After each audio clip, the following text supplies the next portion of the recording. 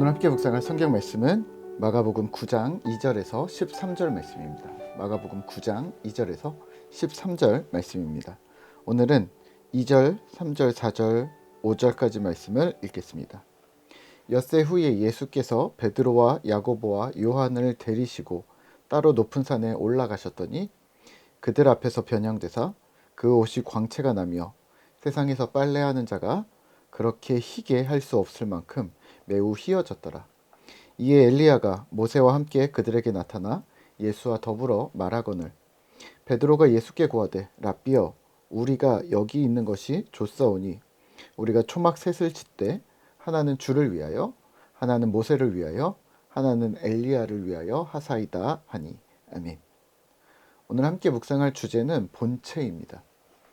본문 마가복음 9장은 바로 직전 8장에서 예수님께서 자신을 따르는 무리와 제자들에게 나를 따르려면 자기를 부인하고 자기 십자가를 지고 따르라고 강력하게 촉구하시는 연장선에서 이해하시면 좋을 듯합니다. 예수님의 트레이드 마크는 촉구였습니다. 너는 나를 따르라. 항상 예수님께서 그렇게 말씀하셨던 것 같아서 사실은 우리는 어색하지 않지만 예수님의 상황과 환경을 보면 주님을 따를 만한 상황이 아닐 수도 있겠다는 생각을 저는 좀 해보았습니다. 예수라는 영화가 있는데요. 여러 가지 영화가 있잖아요. 하나같이 보면 예수님은 허름한 옷차림새, 그리고 제자들도 번지르하지 않습니다. 얼핏 보면 자기 자신도 건사하지 못하는 사람이 다른 사람을 자꾸 따라오라고 하고, 그런 그가 뭐가 좋다고 사람들이 따라다니는지 약간 이해할 수 없는 풍경이 펼쳐지는데요. 오늘 말씀이 그런 배경과 상황이라고 생각하시면 좋을 듯합니다. 허름하고 가난하고 배운 것 없는 평민 출신이거나 그것보다 못한 무리들을 향해 자기를 부인하고 자기 십자가를 지고 따르라니요. 너무 가혹해 보이는 명령처럼 보입니다. 하지만 9장을 보면 그 말이 쏙 들어갑니다. 왜냐하면 예수님은 겉모습이 다가 아니었던 것이죠. 2절과 3절입니다. 엿새 후에 예수께서 베드로와 야고보와 요한을 데리시고 따로 높은 산에 올라가셨더니 그들 앞에서 변형되사 그 옷이 광채가 나며 세상에서 빨래하는 자가 그렇게 희게 할 수 없을 만큼 매우 희어졌더라. 아멘. 예수님은 제자 3명과 산에 오르셨습니다. 그리고 본인의 실체를 드러내셨습니다. 변형되셨고 밝게 빛나는 광채가 되셨습니다. 그뿐이 아니었습니다. 예수님과 대동한 사람들이 있었습니다. 누굴까요? 모세와 엘리야였습니다. 4절 5절입니다. 이에 엘리야가 모세와 함께 그들에게 나타나 예수와 더불어 말하거늘 베드로가 예수께 고하되 랍비여 우리가 여기 있는 것이 좋사오니 우리가 초막 셋을 짓되 하나는 주를 위하여 하나는 모세를 위하여 하나는 엘리야를 위하여 하사이다 하니. 아멘. 대박입니다. 구약의 최고봉에 있는 자들이 나타났습니다. 모세는 모든 선지자와 제사장의 시초가 되는 사람입니다. 아론의 제사 제도를 하나님과 독대하면서 확립한 자가 모세입니다. 구약의 율법을 모세의 율법이라고 부를 정도라면 이스라엘을 대표하는 영도자임에 틀림없습니다. 또한 엘리야는 이스라엘의 전 역사를 통틀어 대표하는 선지자였습니다. 그런 모세와 엘리야와 함께 동등한 자리에서 예수님이 대화를 하셨다는 것은 사실 엄청난 사건이었습니다. 제자들이 두렵고 떨렸던 것도 당연한 일입니다. 어떤 학자들은 복음서에 나오는 모든 사건 중에 가장 주목해야 할 사건은 바로 여기 변화산 사건이라고 말합니다. 마태, 누가, 마가 이 3명의 공관복음 저자가 공통적으로 기록한 사건인데요. 그렇게 공통적으로 기록했다는 말은 모두가 중요하게 여겼던 사건이라는 거죠.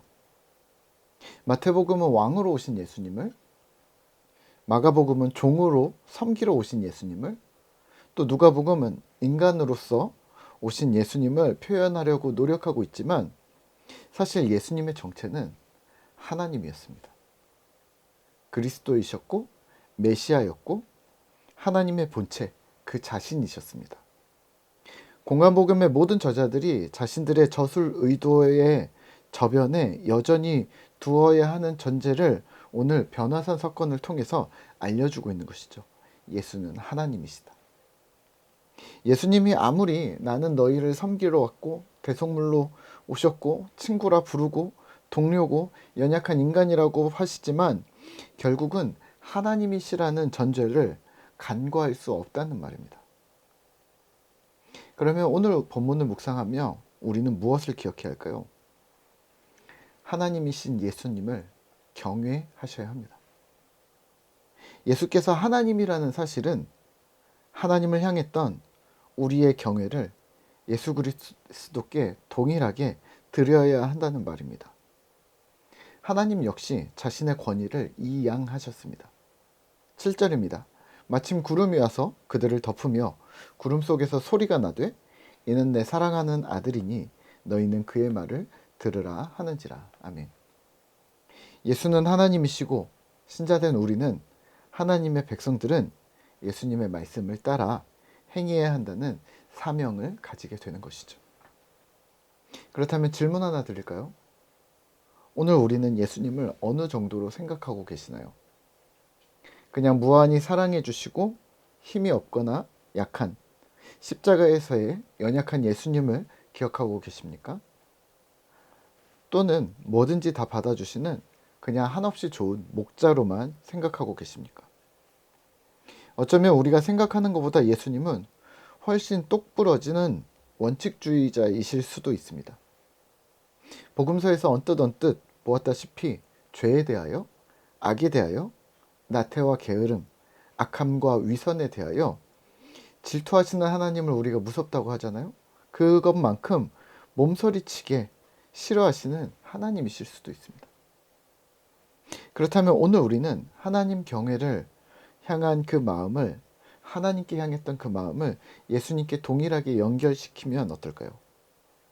하나님 경외가 율법이 아니라 공경과 사랑의 표현이었듯이 우리를 사랑하시는, 나를 사랑하시는 예수님을 향해서도 그 말씀을 따르고 주님을 사랑하려고 노력하는 것. 그래서 예수님처럼 생각하고 예수님처럼 말하고 예수님처럼 행동하려고 노력하는 것임을 기억하는 것이죠. 예수님을 닮으려면 예수님이 어떤 분이신지 더 명확히 이해해 나가야 되겠죠. 사순절 세 번째 주를 지나면서 예수 그리스도의 십자가를 기억하는 것은 물론이고 그분께서 하나님이심을 기억하시죠. 예수께서 하나님이시라면 정의와 사랑을 이 땅에 어떻게 실현하려고 하셨을까? 정의라는 발음의 측면, 또 사랑이라는 포용의 측면을, 이 어울려 보이지 않는 이 두 가지의 측면을 묵상하며 우리의 삶에서 예수 그리스도의 삶을 실현해내는 그런 꿈터 성도 되시기를 기도하겠습니다.